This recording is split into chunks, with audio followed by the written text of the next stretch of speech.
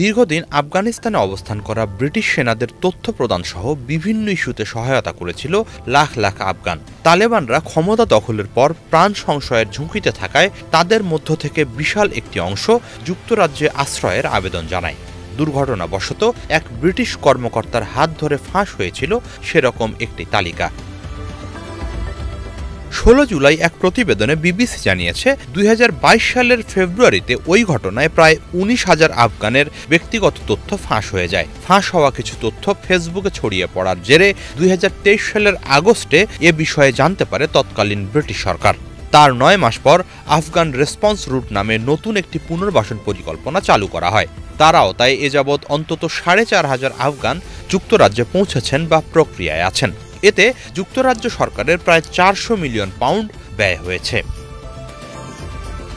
যুক্তরাজ্য হাইকোর্টের বিচারক গোপনীয়তার আদেশ প্রত্যাহারের পর 15 জুলাই ওই তথ্য ফাঁস, সে বিষয়ে সরকারের প্রতিক্রিয়া এবং যুক্তরাজ্যে এ যাবৎ বিভিন্ন প্রকল্পের আওতায় আশ্রয় পাওয়া আফগানদের সংখ্যা প্রকাশ পায়। জানা যায়, ফাঁস হওয়া তথ্যের মধ্যে সংশ্লিষ্ট আফগানদের নাম, যোগাযোগের ঠিকানা ও কিছু পারিবারিক তথ্য ছিল। অনাকাঙ্ক্ষিত ওই ভুলের জন্য এরই মাঝে ক্ষমা চেয়েছে ব্রিটিশ সরকার। তবে সংশ্লিষ্ট কর্মকর্তা বিচারের আওতাধীন কিনা তা জানানো হয়নি। প্রতিরক্ষা মন্ত্রণালয় জানিয়েছে, ফাঁস হওয়াদের তালিকায় থাকা 600 আফগান সেনা ও তাদের পরিবারের 1800 জন বর্তমানে আফগানিস্তানে অবস্থান করছেন।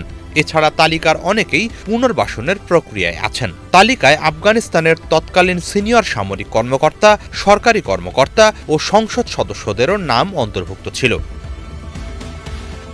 প্রাথমিকভাবে আশঙ্কা করা হয়েছিল, ফাঁস হওয়া তালিকায় থাকার কারণে প্রাণ সংশয় বা গুরুতর ক্ষতির ঝুঁকিতে থাকা মানুষের সংখ্যা 1 লাখ পর্যন্ত হতে পারে। তবে ওই তথ্য যতটা ছড়িয়েছে বলে ধারণা করা হয়েছিল তার চেয়ে সীমিত পরিসরে ছড়ায়। বিবিসি জানিয়েছে, এখন পর্যন্ত বিভিন্ন পর্যায়ে অন্তত 36,000 আফগানকে যুক্তরাজ্যে স্থানান্তর করা হয়েছে।